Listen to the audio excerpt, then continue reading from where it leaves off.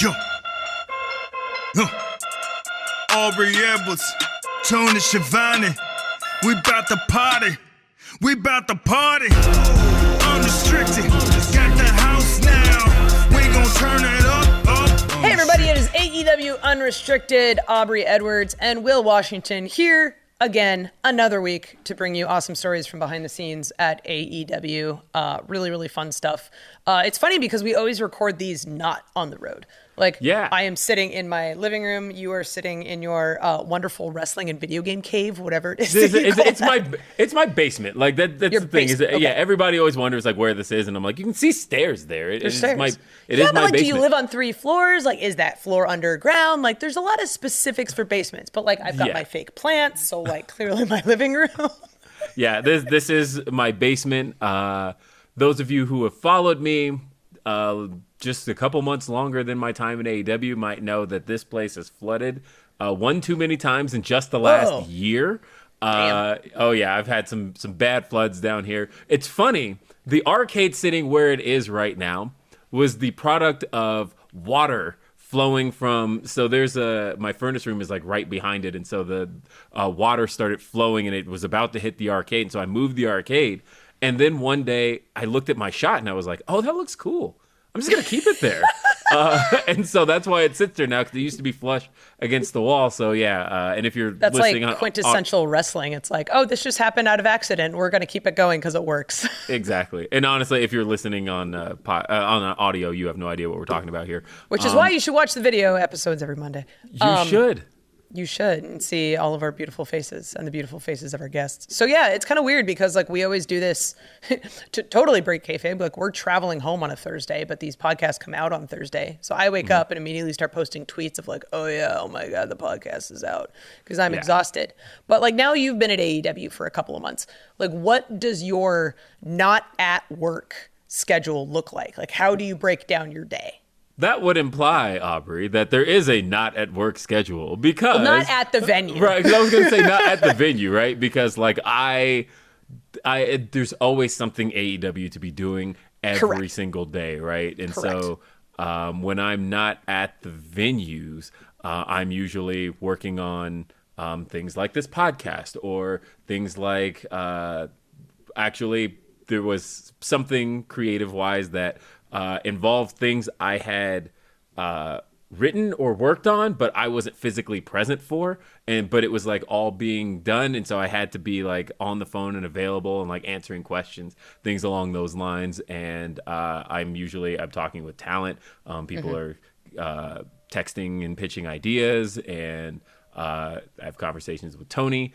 And then on Saturdays, I am working on a lot of statistical stuff for AEW. I pull a lot of the win-loss records, a lot of the stuff you see in the lower thirds for Ring of Honor and Collision is usually, I have a really solid hand in that.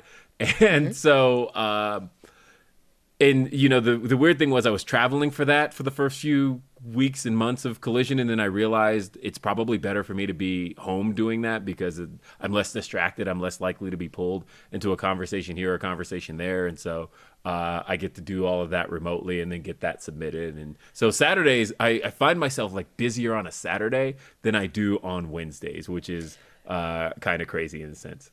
It's funny because I remember, like, I think it was last Saturday, you actually texted me and said, hey, do you know if Paul's there? Like, who are the refs for Ring of Honor that day? And I send you a picture of, like, the rundown of the card, and I was not even there. Yeah. So it's a matter of, like, we're both able to work, and neither of us are at the venue, because this is just sort of the thing that you do. Like, it's a job, but it's a job that happens when it happens, whether or not you're there.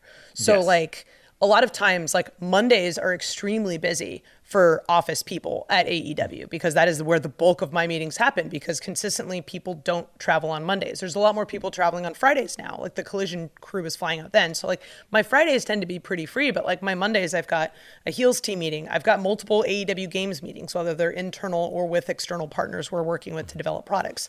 I've got a meeting that we're on with Warner. I've got random podcasts we're recording. I'll be recording at 7 a.m. because we have people in Florida who are up 3 hours before me. And it's like, this is just your day, right? And at the same time, you have to find time to get into the gym. You have to find time to spend with your family. You have other, personal things you're trying to do. I'm trying to cook all the time and just like bring my giant cooler with me on the road. So there's just a lot to handle. And it's cool because I like hearing how like your day goes when you're not at the venue, because it kind of helps you appreciate what everyone does for this company and like how everyone is involved, even if they're not physically there. Yeah, and honestly, like I said, the cool part about it is that on show days on Wednesdays, that feels like kind of that reunion moment of like, hey, we've been working together, but we've all been apart for the last week. Oh, cool. And then now Wednesdays we all get to come together and talk and hug. And like, this is actually, I won't say the relief because there's a lot of work to do on Wednesdays too, but it is just like, it still feels cool. And so I either way, I'm still in love with my job. I'm still at a point where Shoe hasn't dropped yet. Yeah. Look, I still, every time I look up, and we've had this conversation, but every day that I think I'm having a bad day, I look up and I go, this is the coolest job in the world. What am I? Oh, 100%. It's what like, could I possibly it's a have job. to complain about? Yeah, it's stressful, but I yell at half-naked men who play fight in their underwear, and that's pretty dope. Like, not gonna lie. And I get to come up with ideas for them. And I'm like... For those half-naked men. Yeah, and that's really cool. So, like, what are we doing? This is great. Speaking of what are we doing, Will, who is our guest today? And our guest is the voice of Saturdays here in AEW, the voice of AEW Collision. He is the one and only Kevin Kelly. Kevin, thanks for being with us. Hello. It is so good to be with you guys. Hi, Aubrey. Hi, Will. Yes, it's so good to be here with you. I was glad I got invited, because this is where all the cool people come and hang out. I want to be cool at least for a couple of minutes. We've paid off all of the people to say that, so thank you. Thank you to everyone who received cash in Money the well back alley. I'm super excited to have you here because, I mean, it's been such an incredible summer with Collision starting. And there was always that question of, well, who's going to be the voice of Collision? And I think all of us sort of figuring out how things were going to work, like which referees are going to be on Collision, which wrestlers are going to be on Collision. But of course, the question is, whose voice is the one that we are listening to? And I feel like it is now impossible to think about Collision without thinking about Kevin Kelly and Nigel McGuinness. Well, that's good to know. Thank you. Yes, it's and I know that it's a topsy-turvy world for everybody when you're working, 1-2 nights a week, and then all of a sudden now they've absolutely doubled your workload, and and with the addition of pay-per-views now, so everybody's getting a lot busier, and there is a lot of work to go around. But yes, it's exciting to be part of such an energetic team and coming in. You guys have been through all the ups and downs over the 4 years, and from the empty arena shows, the Daily's Place, and everything. So to come in now at this point, it's almost like a new chapter of AEW is beginning. That, like what Tony said, the new era is upon us. Collision is a part of that. And I have a feeling there's probably more things to come as well. So yeah, it's just exciting to be part of this crew now, because you guys have a lot of talent, all up and down the roster, on, behind the camera, in front of the camera. Every spot, it's just like completely loaded, and it's an embarrassment of riches to be here to work with you guys. It's like, I know that guy. I worked with him 20 years ago. Oh, I know her. She used to be on this, and I know them. It's like crazy. It's like, what a crew, man. Yeah, and that's one of the things that I always love about AEW, and having followed your career pretty much as long as I have. I mean, gosh, going all the way back 20-something years in being the voice on Sunday Night Heat and things along those lines. But like thinking about how AEW is such a cornucopia of wrestling history, that you have so many guys who have history in ECW and WWE, WCW, Ring of Honor, and New Japan Pro Wrestling. And then for you to come into AEW essentially 4 years into the company's run, and it's not like you're a stranger to really anybody who's on this roster. I mean, obviously, there's a couple of those new faces, but you've been able to call a lot of what these guys have done over the years. So what was that like coming into AEW at this stage of the company's run? It's been fun and exciting and thrilling and very stressful all at once, because my whole thing is I can't assume that anybody knows anybody. So I have to tell everybody's story like they're seeing and hearing them from the first time. I've called hundreds of Jay White and Juice Robinson matches, but I cannot assume that the AEW audience knows them any more than what they've seen since they have been with the company. I have to fill in those blanks. And I have followed Powerhouse Hobbs's career since before AEW, but I had never called his matches until I got here. So I have to tell his story like somebody brand new through the eyes of an announcer that is brand new calling his match. I can't be too familiar, and I also can't be too naive because I have to also serve the existing audience that's been through the journey through these 4 years and is just making the jump to adding another night of the week with us on Saturdays on Collision. So I do a lot of thinking about who am I talking to? What's my audience? A lot of times what I wind up breaking it down to, Aubrey, is it's an audience of one. I just have Absolutely to talk correct. to one friend, one person, and that one person is who I'm talking to. And so Will and I were talking about this a little bit yesterday, just over text, about how things really feel like they matter when there are stakes. And I feel like that is a good testament to an announcer who's excellent at what they do.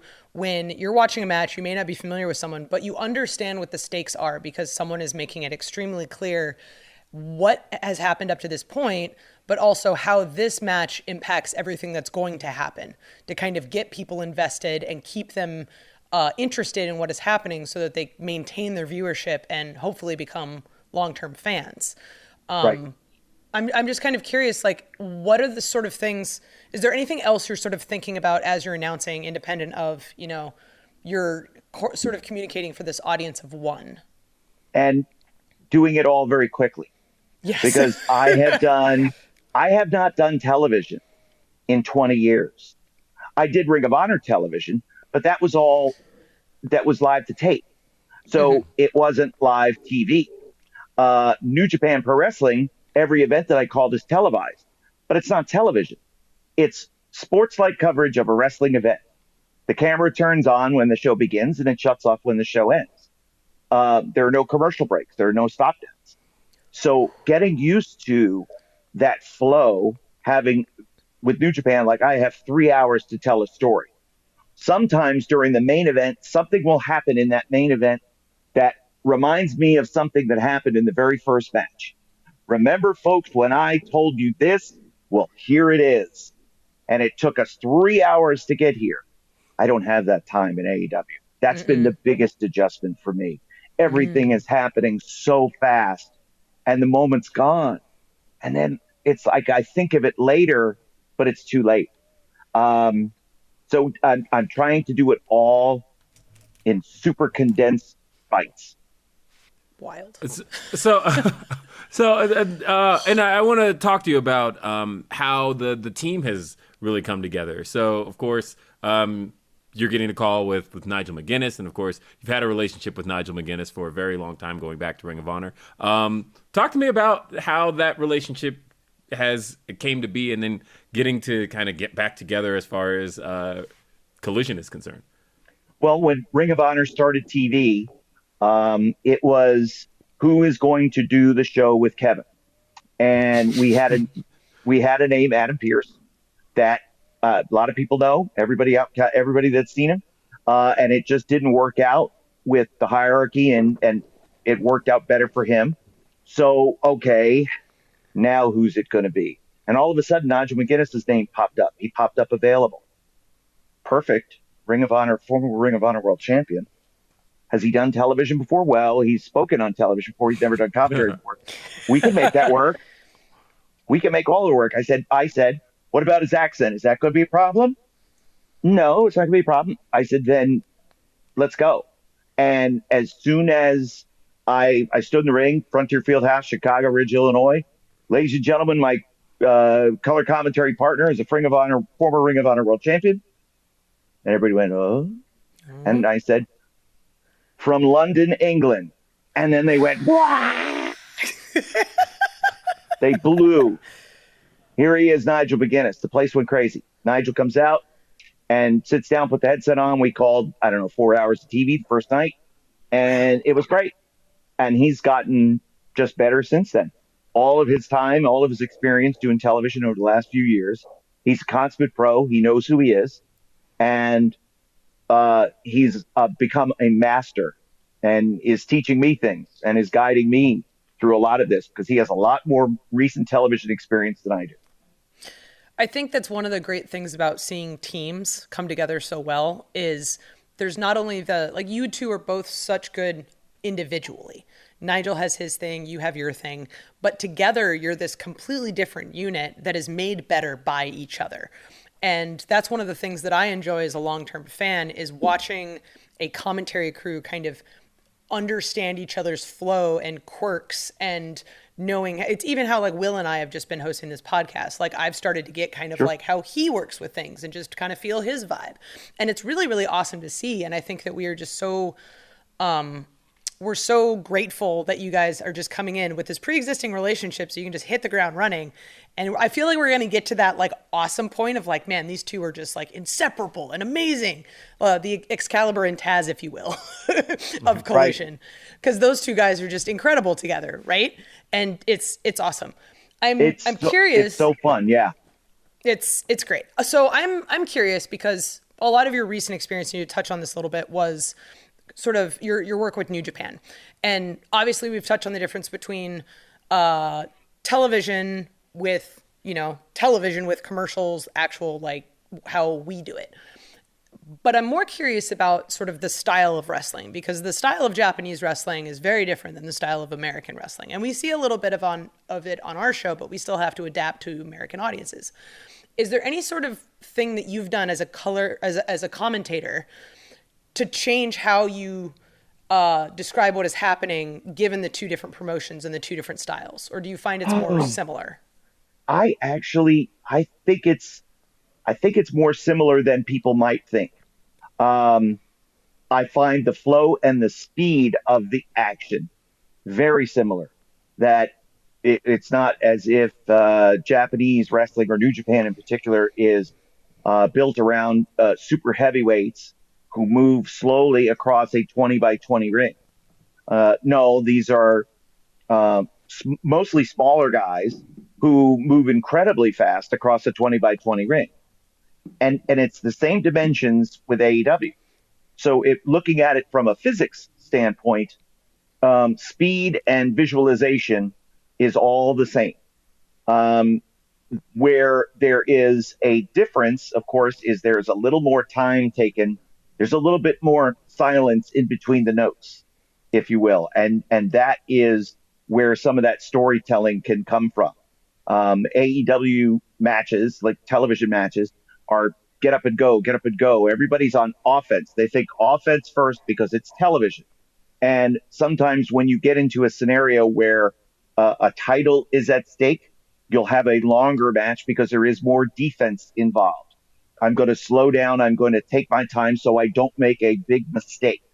And that's one of but Japanese wrestling has that as the card moves along. You notice the undercard matches, it's a lot of offense fast, 6 to 10 minutes. And then once we get into the upper middle half to the main event, it's 10 to 20 minutes. Sometimes the main event could 20 to 25 because of defense versus all offense. We want to make a show out of it. We want to give people their money's worth right away. That's the biggest difference. So a lot of AEW matches are go, go, go, go, go. And then you'll get the one main event where Bryan Danielson, and Christian Cage will be 20 to 25 minutes because of what is at stake. And they pride themselves on that defense as well. Mm-hmm. That's fascinating. Yeah, that's amazing. And I want to get into a little bit more on the New Japan side. And I think we could talk about that on the other side of the break here when AEW Unrestricted continues.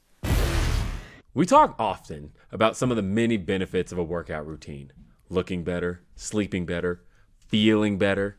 But it's hard to maintain variation in your exercises. And when you lose that variation, it's easy to plateau and lose motivation. But with the Fitbod app, you can keep up that momentum and create personalized workouts based on your goals, abilities, and setup, and track your progress along the way. I know this from personal experience. I went on a weight loss journey last year with this app, and have since changed my goals to building muscle, and the app continues to switch up my routines to keep me motivated at the gym. Fitbod creates custom workouts based on your goals, experience, and available equipment to help you build your fitness habit and stay consistent. Fitbod's powerful technology intelligently varies your intensity and volume and tracks muscle fatigue and recovery to build a well-balanced workout plan. And most of all, it's fun. Learn new movements the right way with over 1,000 HD exercise demonstration videos. It's never been easier to get the results you've always wanted. Check out Fitbod and get 25% off your subscription at fitbod.me/AEW. That's fitbod.me/AEW. Unrestricted. AEW Unrestricted, we're back. It's Will Washington, it's Aubrey Edwards. We're with our guest, Kevin Kelly. Kevin, you announced recently that you will be leaving New Japan Pro Wrestling following Wrestle Kingdom 18. Yes. I want to start with the why. What made you come to that decision officially? Because my wife said, I don't want to be alone anymore. I'm not lying. No, I mean, it's I'm laughing because it's true, right? Yeah. Like, I feel like in wrestling, we're just trying to constantly not get divorced. Like, Right? Yeah. how do we keep our partner happy? Look, I know on the road having to take those phone calls, because I know that, look, if I don't give my wife just 5 minutes of my time, it's going to be quite a show when I get home. So Yep. Yeah. fully Much understand respect. that. Much respect. We've been together 33 years and married 30. So I told her, when the time is right, you tell me, and I will stop going to Japan, because I've been gone like weeks at a time, months at a time, come home briefly, go right back for weeks at a time. And of course, we've all missed birthdays and family occasions and those types of things. But, when you're missing Christmas and you're missing New Year's and you're missing anniversaries and you're missing everything, it just gets to be too much. So when this AEW opportunity came around, and the first conversation that Tony and I had was about still, keeping up my New Japan commitments, and he said, yeah, that's fine. We'll have Ian or somebody fill in for you. It'll be great, no problem. He and I figured it would probably be like 12 dates a year, 12 show weeks a year I would miss. And I talked to Dory about it, and she was like, I don't want to be alone anymore. And I was like, okay, say no more. That's it. So I talked with New Japan. I talked with Tony Brancery and said, here's what I can do. I've got these two that I definitely have to do for New Japan. But then after that, I'm just going to be here in the States, here in North America, within a couple of hours flight, be gone away from home as much as AEW needs me. But I'll always be that close. I'll always be I'll never be more than half a day away.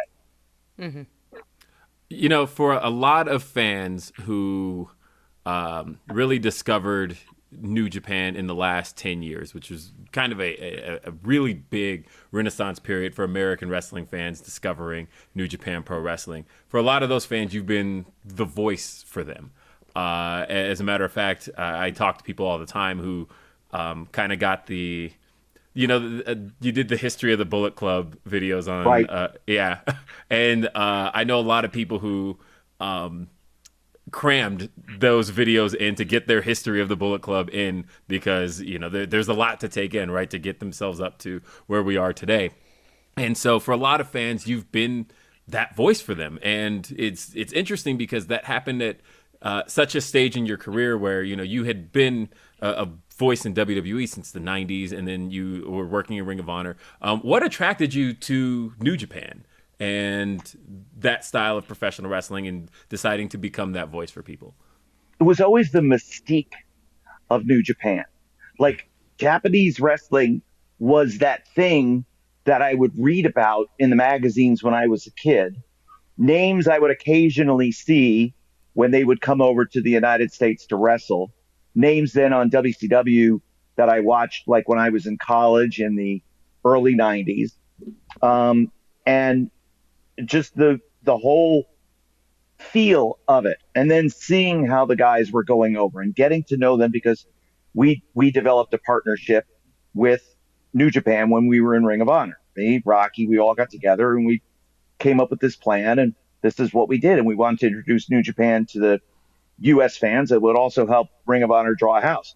So it was telling those stories and beginning to realize that there are generational talents that fans have never really seen on an ongoing basis. When you have Hiroshi Tanahashi, who Don Callis said is like the Von Erichs and the Beatles rolled into one. I was like, that's a perfect description. And you have Kazuchika Okada, who's a once-in-a-lifetime athlete, and on, and stars like AJ Styles, who had gone over and made a name for themselves. But at the same time, there were guys like Kenny Omega and the Young Bucks who were doing different things over there than fans in the U.S. had seen from them. We needed to tell those stories. And I also got excited because of New Japan World. See, when President Kidani started New Japan World, he did it as sort of a shot across the bow at Vince and WWE. He wanted that to be the same price as the network. 999 yen a month, ha, ha, ha. But he didn't know what he was going to do for content. But the biggest thing was, how do we get English commentary on this? And Yuji Kitano is a name that not many people know, but was one of the most instrumental people in getting English commentary on New Japan World.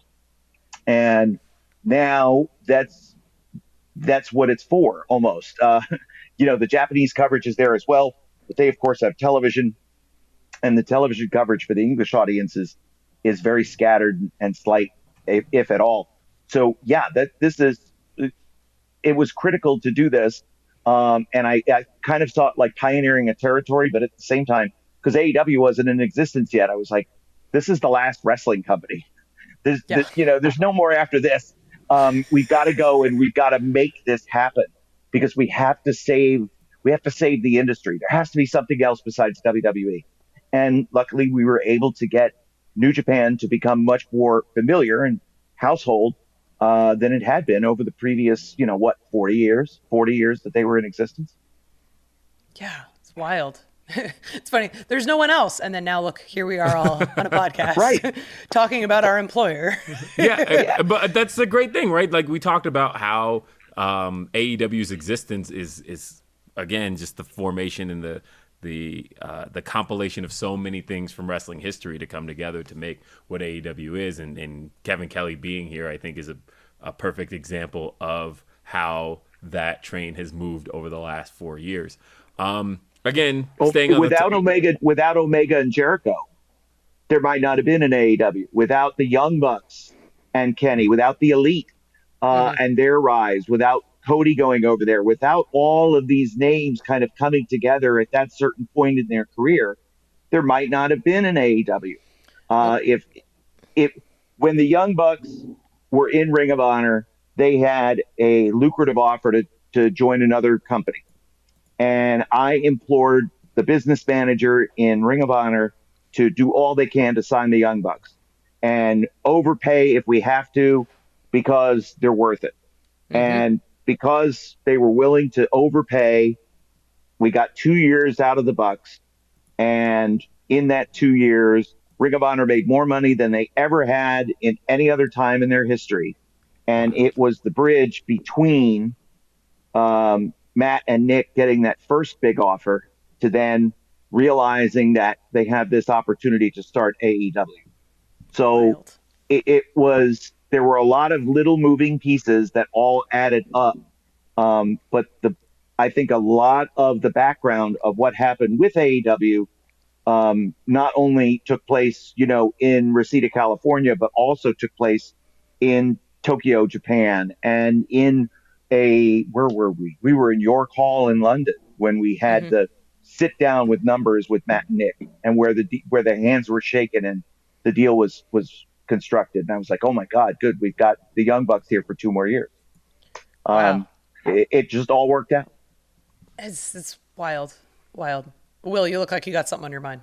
Yeah, I actually. So I'm not going to take it. Like, you go, you go. look, talking about that period, honestly, I have to talk about a very famous match you got to call, and it was for the IWGP Heavyweight Title. It was a match that a lot of people consider one of, if not the greatest match of all time. It's Kenny Omega, Kazuchika Okada, 65 minutes. Talk about calling that match. You know, you talk about the sciences per se of calling a television match, and in this case, you get to do the complete opposite of that. You get to call a 65-minute classic that you really got to take your time with, and that the talent got to tell an incredible story with. What are some of your memories in calling that match? I do remember how the drop kick of Okada um, changed the uh, pattern of the match dramatically. If not twice, then it was three different times. And as an announcer, and regardless of the sport that you call, I just happen to call wrestling.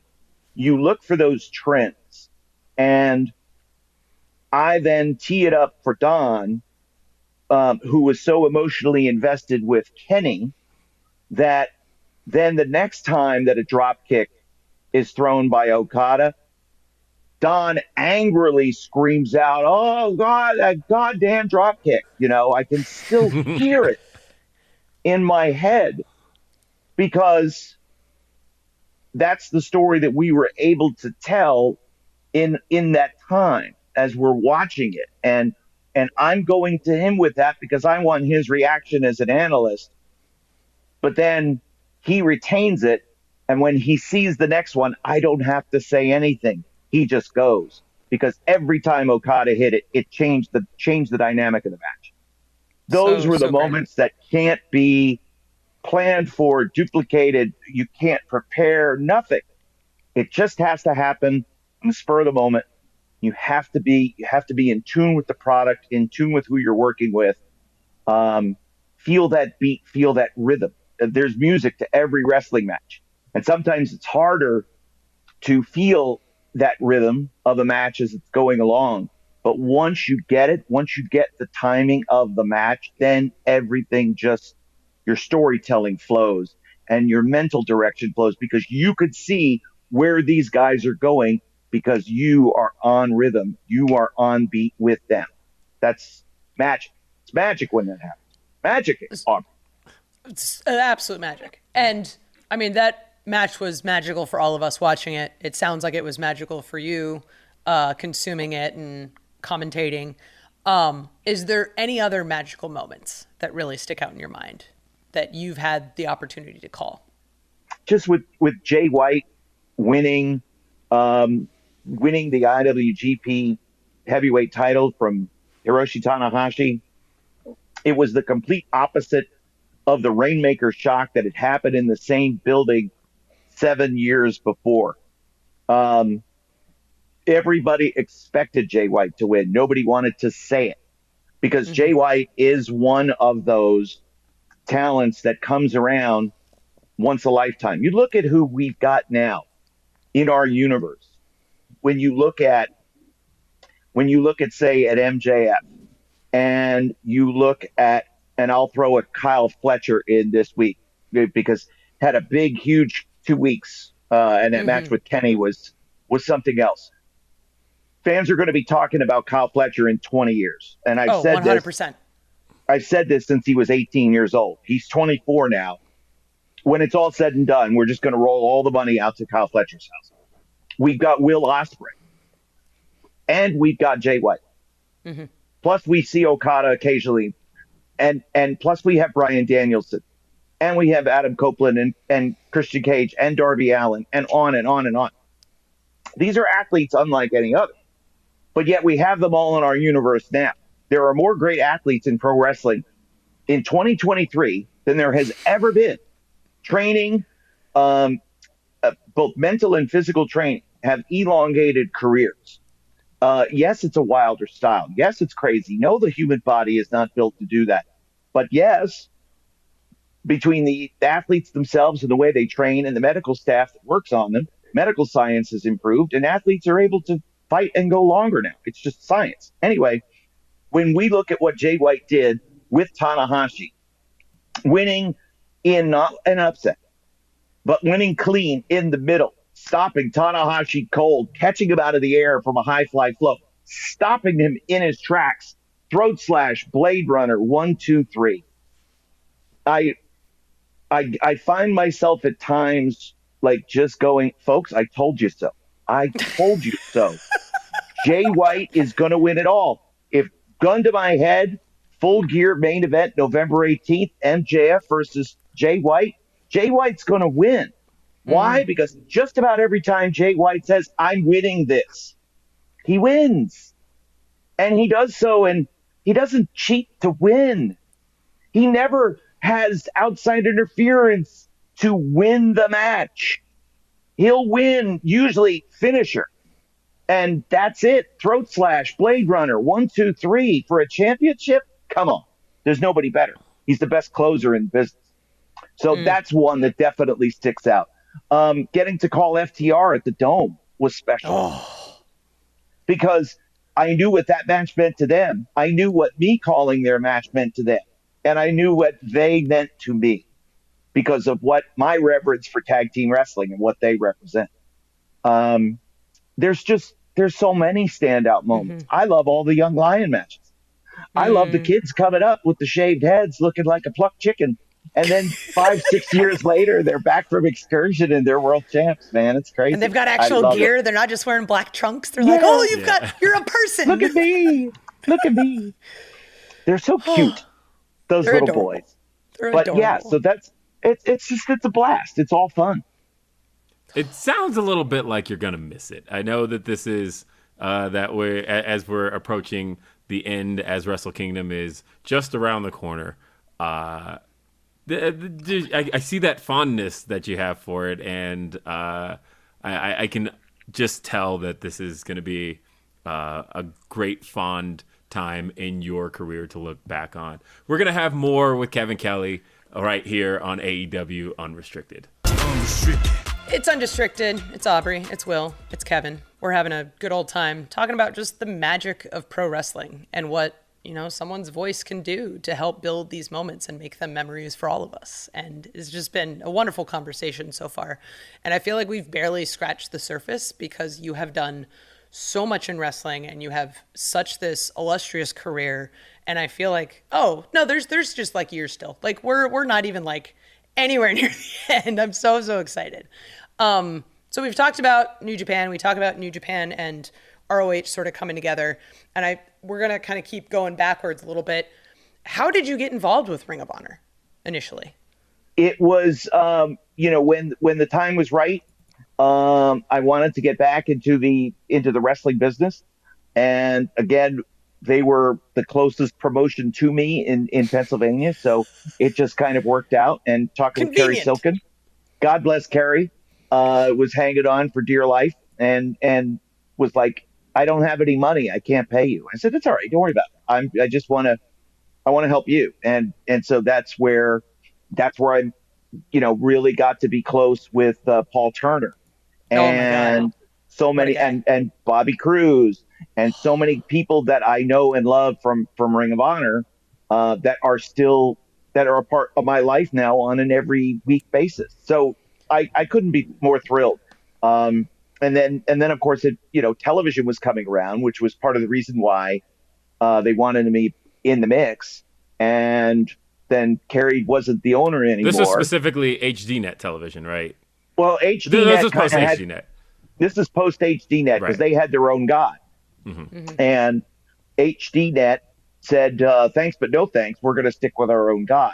And everybody was like, okay, that's fine. So I'll just stick with doing these DVDs for Kerry. and we'll see what happens. And in the meantime, I just kind of enjoyed having my toe back in the wrestling business a little bit.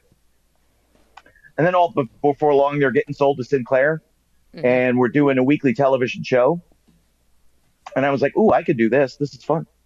And it all just kind of worked in, because when I left WWE, I pivoted and I began a sales career, which actually helped me a lot in wrestling, because in sales, whether it's on the phone or face to face or whatever, whether you're selling a tangible product or a service, it always has to be about that communication and that bond with your audience.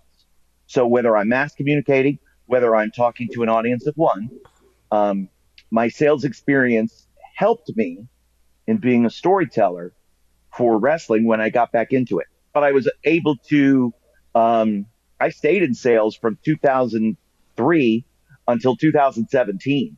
Whoa. And yeah, I was doing that all the time, where I was with Ring of Honor and had different jobs within the industry. Sold radio airtime, which was a blast. Then we moved, and I sold, because my wife wanted to be closer to sort of her ancestral home here in central Pennsylvania, and eventually got into the computer industry and was selling, software, hardware, etc.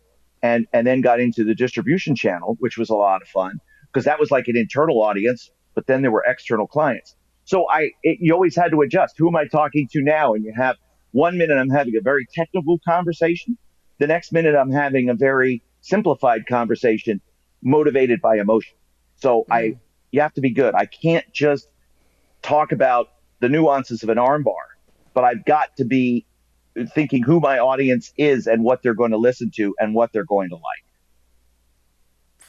Fuck. Yeah. So it's a lot of psychology going on here. I know it. It sounds silly. It sounds ludicrous, but no, it makes total works. sense. Yeah, no, it does. It absolutely. 100% makes sense, because wrestling is all psychology, not just for the guys in the ring, but literally the referees, the commentators, everybody. I've just never seen it like succinctly put that way. You really are selling a product in a way that people can connect to. Yeah, honestly, the salesmanship thing like really brought it together for me. That was excellent. When I changed, because I was out of work for a year, and because all I really had on my resume post WWE was wrestling, and I had a college degree, but it was in communications. I had done a lot of stuff in wrestling, and then I pivoted my resume and rewrote it. Instead of focusing on the wrestling side or the television side, let's focus on the sales side of what I did. So instead of calling matches on pay-per-view, I sold pay-per-view. I sold merchandise. I sold live event tickets. I sold. And oh, by the way, there happened to be, and I was also able to put numbers on it, that we had some of the biggest houses, that we had incredible growth in consumer products, that we had incredible growth in pay-per-view. We had incredible growth in all aspects of the business that I was a part of. So it looked good on a resume when I could quote actual numbers. If they wanted to have that conversation, the first job I got was with a guy who was a wrestling fan and was kind of like, yeah, I would love to have you work with me. That would be awesome. I could ask you questions about, Iron Mike Sharp. So it's like whatever they wanted, but I wouldn't have had a career in sales if I didn't know how to sell. And that's what wrestling is. We're all in the sales business. We're all in we're all customer service. If somebody's not happy with their seat or somebody kicked their drink over, it's up to all of us to make sure that customer experience is peak. Because if we don't, then we're missing out. And a fan is going to leave a building and never come back. And even though it's not in our job description, we didn't do all we can. Fans first and a servant heart will get us through every challenge that we might have, regardless of economy or talent comings and goings. It doesn't matter. If we put the fans first and we have a servant heart, then we'll always win. Damn. That's so good. Those are bars. I wanted to go a little bit back now, since you brought it up, because your time in WWE was during a transformational period for them as a company. You started with them in '96. Am I correct? And and of course, you mentioned you were with them till 2003, and that is a period people know as being very transformative for not just them, but professional wrestling as a whole. And so, I wanted to ask you a little bit about your time in that period and your growth in that period. So, how did you end up in WWE? What was your tryout like at that point? It was because of Billy Gunn. So Daddy Ass, I must say, got me my job in WWE. I'm contractually obligated to tell all of you, yes, that Billy Gunn. That sounds like a Billy thing. Daddy Ass got me my job in WWE. No, we knew each other from Florida because we were both in the IWF together, and we stayed friends after that sort of went by the wayside. He and they were the Long Riders in Florida, but then he and his partner became the Smoking Guns. Basically the same team, same look, just with a different name. And so I said, hey, you guys are coming down for a run of house shows, of live events in Florida. Let me know if they're looking for a local ring announcer. I could do the Orlando event. I could do the Tampa event. If they're looking, either way, just let me know, and I might stop by and say hello. Okay. So at the same time, I had a tryout with WCW, where I was the warm-up guy. I was warming up the crowd between shows and during matches in their MGM tapings. So the syndicated programs where the crowds were like rabid, people are cheering and booing, like that was because somebody like me was telling them to make some noise and boo. And, they're just, I'm on TV. I'm from Germany. What is this? Oh, boo. They don't. But anyway, in between shows, I get a message on my pager. That's how long ago this was. And it's Billy Gunn. So I go to the payphone again. How long ago this was? Yes, Billy, what's up? Expecting him to say, hey, yes or no about these Florida house shows. Hey, you need to call Bruce Pritchard right away. Huh? Oh. Yeah, I went and asked him about that whole ring announcing thing, and he's like, hey, I've been looking for you. I've been looking for him for a couple of years. Have him call me. What? Okay. So hang up, boom. In between shows. I just have to say, by the way, just thinking about how much this story ages everything, because thinking about how quickly could have just found somebody on social media, right? But in this time period, that's not doable, right? I've been looking for him for a couple of years is a statement you could only make back then. That couldn't happen today. I had handwritten my phone number on the tape and mailed the tape in. But see, then I moved and I didn't keep the same phone number. So anyway, so I call the 800 number and I get Bruce on the phone because I wouldn't have had that many quarters to call Stamford, Connecticut from Orlando, Florida. That's a lot of quarters, Aubrey. Oh, right. Long distance. Oh, my God. So wow. So I get Bruce on the phone and we talk. He says, what are you doing? I said, I'm at this WCW tryout. Oh, you haven't signed a contract, have you? Didn't want to do tampering. No, they haven't offered one. Oh, how are the shows? Kind of the shits. Is Hogan there? God, no. Okay, well, anyway, we'd love to have you up for a tryout. And that was kind of it. And I went up on June the 6th, and I started June 24th. And the significance of that day, June 24th, 1996, is the day before, June 23rd, 1996, Steve Austin wins the King of the Ring and utters the famous words, Austin 3:16 says, I just whipped your ass, which from both a blasphemous and a cursing standpoint was very rare, even for pay-per-view, but it set the tone for the Attitude Era. So I was there through all of it. I take credit for all of the Attitude Era. Thank you. I was going to say, I have heard that you take credit for the entirety of the Attitude Era. All of it. Because when I'm there, it was all Attitude Era. And then when I left, that's when they stopped doing it and started doing Ruthless Aggression. So, Of course, I was there for the Attitude Era. And then when that was done, it was time to go home. What is the common denominator here? Oh, it is Kevin Kelly. Okay, this is our bookend. Yes, and Billy Gunn. Thank you, Daddy Ass. Yes. And he will remind you until the end of time that the reason you got that job was him. Oh, my God. I actually I didn't watch wrestling back in the day. I started watching wrestling in 2011.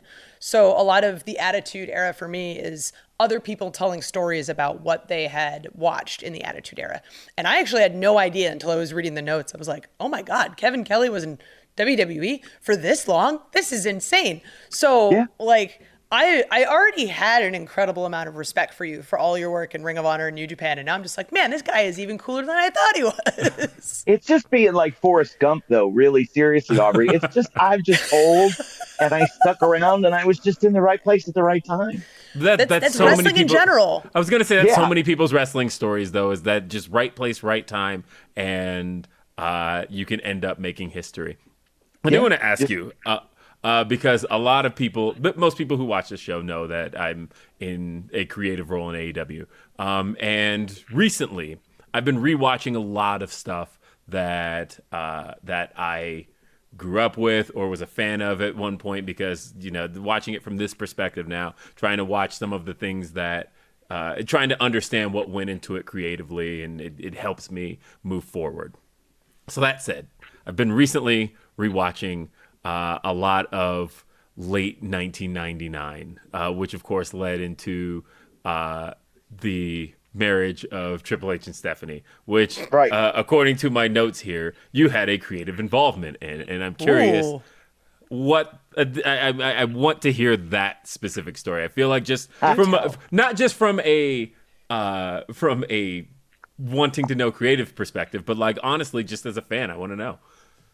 Okay, so yes, it is true. I did have a hand in that, again, it was a more of just like if you had an idea and you wanted to submit something to Vince and whoever he was working with at the time, you could just through email. There was no big process, and it was talking with Doria, talking with my wife, and because we're both soap opera fans, and there was something about that story that caught her attention, and she was like, it'd be funny if Triple H found a way to screw over Vince by being the one to marry Stephanie instead of Tess, because that's like a soap opera trope, right? That is the tried and true. The girl loves the bad boy, but daddy's little girl is not going to marry this bad boy. And the bad boy is going to do all he can to try to make sure that daddy's little girl is with him, and at the same time shoot the middle finger at daddy for trying to keep him away. That's really all it was. But I wrote it like, okay, let's imagine that.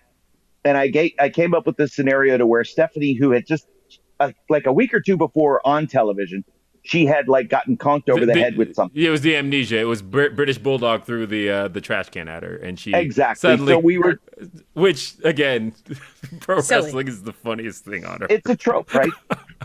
So, okay. And everybody knows that once you get a concussion, once you have amnesia, then you're susceptible to it again with just the slightest knock on the head. So we're working off of a lot of assumptions.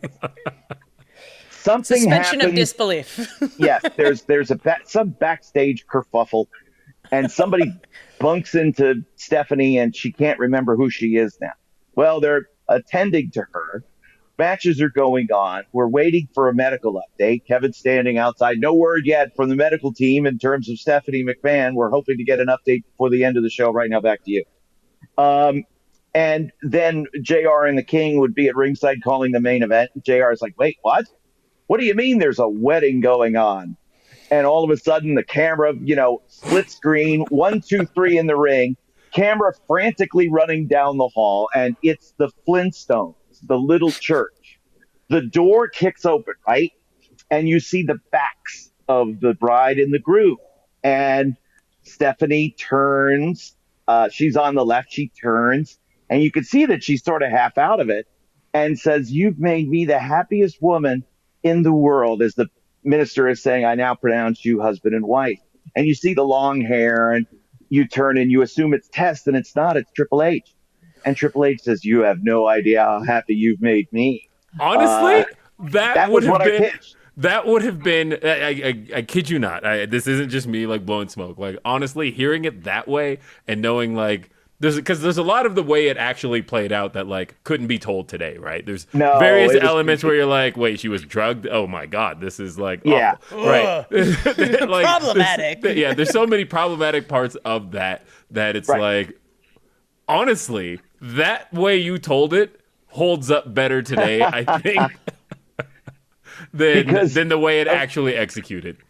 and then to finish it, I wrote the end, like, because eventually Stephanie needed to stand out on her own, and tell everybody, I'm not going to be pushed around anymore. I'm not daddy's little girl, and I'm certainly not going to be under your thumb and your control, Triple H. You're just using me to get back at my father. Test is in the wind by this point. You know, their relationship is irreparably broken. But she was going to say, screw you, screw you, screw all of you. I don't need any of you. I'm a strong woman, and I'm going to strike out on my own.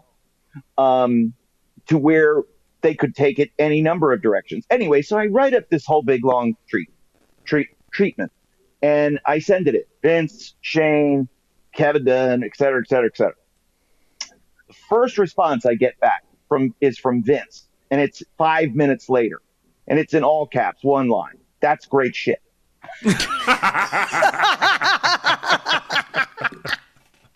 2 minutes later, Shane McMahon comes down the hall, because we work together in Titan Tower, and we're on the second floor. And he opens my office door. And yeah, dude, that idea is crazy. I love it. That's awesome. And then he left, because that was Shane. And he's running, doing handsprings down the hall or whatever he was doing. And then they said, oh, hey, we're going to do something with that idea that you pitched. And I was like, oh, okay, that's pretty cool. And they did what they did with it, which is fine. They did what they did with it. I still was proud that it, like this little idea that I had, because of Dory and I and our love of soap operas, became part of wrestling history. I didn't keep them together. For everybody that says that their relationship changed the wrestling business, not for the good, but for the better, or not for the good, but for the worse, that wasn't my fault. I didn't write that. But so anyway, Kevin Kelly, responsible for the Attitude Era, but choice parts.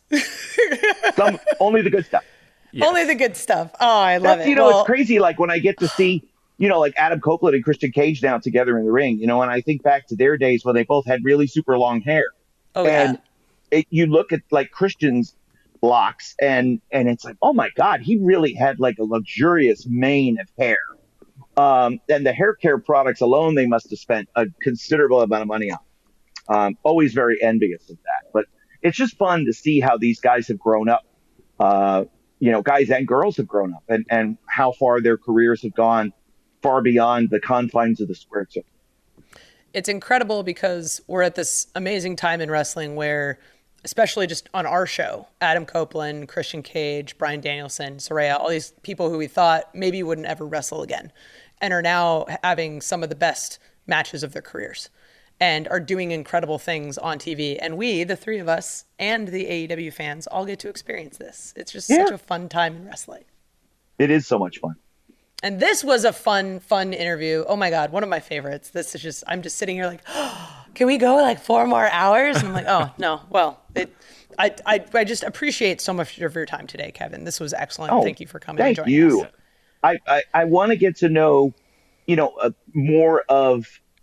learning more of the AEW history, because there is a lot of stuff, and I'm trying to digest it all. Well, if you ever have the time, I am happy to just talk it all. I think Will can fill you in on quite a bit. But that's why this show is like important in one respect, because you're documenting a lot of those moments in time because of who your guests are, and also the frame of reference and your points of view. And Aubrey, you being in the ring for so much of it, Will, you not just talking about it, but also playing a part in the orchestration of it, to have that and that knowledge base behind me, and behind Nigel too. And whenever we need it, we can go, hey, when did this happen? When has something like this happened before? And whether it's you guys, or it's Excalibur, or Alex Marvez, Tony Schiavone, there's always somebody who is there to give of themselves and their time, and to say, oh yeah, this happened here approximately, and it was involving this person, and this person. And then one memory sparks another. So it's just wonderful to be part of this journey with you guys now at this point. This is part of science. I love it. We're documenting for the future, for history and everything. And I had so much fun today. I know Will did too. I'm speaking for both of us. This was just absolutely incredible. Thank you so much for being here today, Kevin. Thank you guys very much. We'll see y'all in Memphis. Yeah, you can see Kevin, listen to him actually, on AEW Collision every Saturday on TNT. You can watch Dynamite Wednesdays on TBS. You can watch Rampage on Fridays on TNT as well. We've got pay-per-views all over the place. Go to AEWTix.com. Go to a show. They're absolutely incredible. You see all of these magical moments. You can be a part of it. Listen to this podcast, new episodes every Thursday, all of your favorite podcast platforms, and videos on Mondays on our podcast channel. I'm Aubrey Edwards with my best friend, Will Washington. Thank you so much for listening to AEW Unrestricted.